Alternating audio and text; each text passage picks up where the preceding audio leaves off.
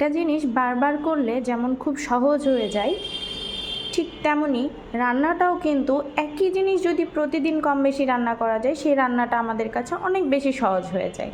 তো আজকে আপনাদের সাথে একটা সহজ রান্না শেয়ার করব। তার আগে আপনাদেরকে একটু দেখাই, সেদিন যে আমি ফুলটা কিনেছিলাম, তো সেই ফুলটা বাসায় নিয়ে আসার পরে আমার বেরই করা হয়েছিল না। তো আজকে বের করে ঠিকঠাক করলাম।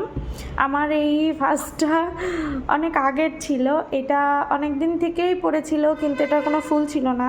হঠাৎ সেদিন গিয়ে ফুলটা নিয়ে আসার পরে মনে হলো যে এটা বের করে এর মধ্যে রাখা যায়। আর এই যে আমার হচ্ছে পা দোলনা, এই দোলনাটা আমি রথের মেলা থেকে নিয়েছি।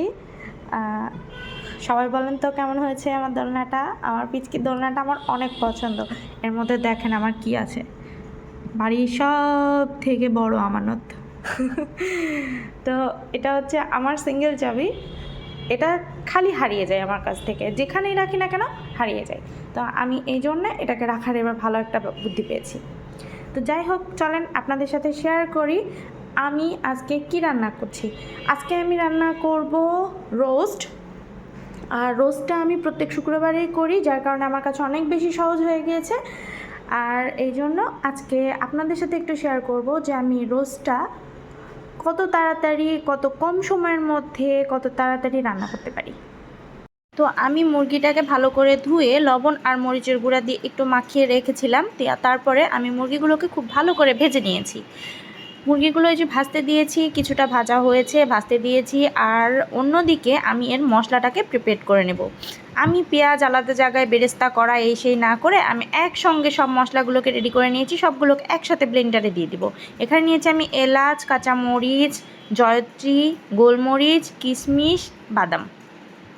আমি বাদামে একটু বেশি দিয়েছি, কারণ আমার বাদাম খেতে অনেক ভালো লাগে, এটা গ্রেভিটা অনেক বেশি হয়। আর আমি ব্লেন্ডারের মধ্যে একবারে পেঁয়াজগুলো কেটে নিয়েছি। আমি সব কিছুকে একসাথে ব্লেন্ড করে নেব। আর কড়াইয়ে দিয়েছি তেল গরম হতে, তার সাথে দিয়েছি দারুচিনি, গোটা জিরা, তেজপাতা, লং, এগুলো আমি গোটা দিব। এইগুলো আমি তেলের মধ্যে গোটা মশলা দিয়ে দিব। এগুলো দিলে একটা দেখবেন খুব সুন্দর ফ্লেভার আসছে। আর এগুলো পিষে দেওয়া যায়, কিন্তু আমি পিষে দিই না, আমি এগুলো গোটা গোটাই দিই। এটা গোটা গোটা দিলে আমার কাছে মনে হয় বেশি ভালো লাগে। আচ্ছা যাই হোক, সেই বাটা মশলাটা, পেঁয়াজের বাটা যে মশলাটা, সবগুলো ব্লেন্ডারে আমি একসঙ্গে বেটে নিয়েছিলাম। আর তা সব তেলের মধ্যে দিয়ে এবার একসঙ্গে খুব ভালো করে ভেজে নেব।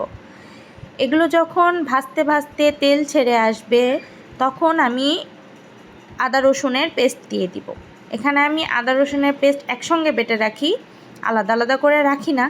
তো আমি এখান থেকে আদা রসুনের পেস্ট দিয়ে দিলাম। দেখেন, রান্না কিন্তু একটা আর্ট, এটা যে যেমনভাবে করে ঠিক তার টেস্টটাও তেমনই হয়।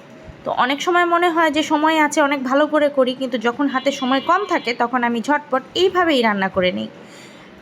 একসঙ্গে সব মশলাগুলো ব্লেন্ডারে দিয়ে দিই, আর তার সাথে সবগুলোকে একসাথে পেস্ট করে নিয়ে এইভাবে কষিয়ে নিই। এরপরে আমি দিয়ে দিলাম লবণ। লবণ ছাড়া তো কোনো রান্নাই ঠিকমতো হয় না। তো আমি দিয়ে দিলাম লবণ। পরিমাণ মতো লবণ দিবেন, যার যেরকম পরিমাণ সেরকম লবণ দিবেন টেস্ট অনুযায়ী।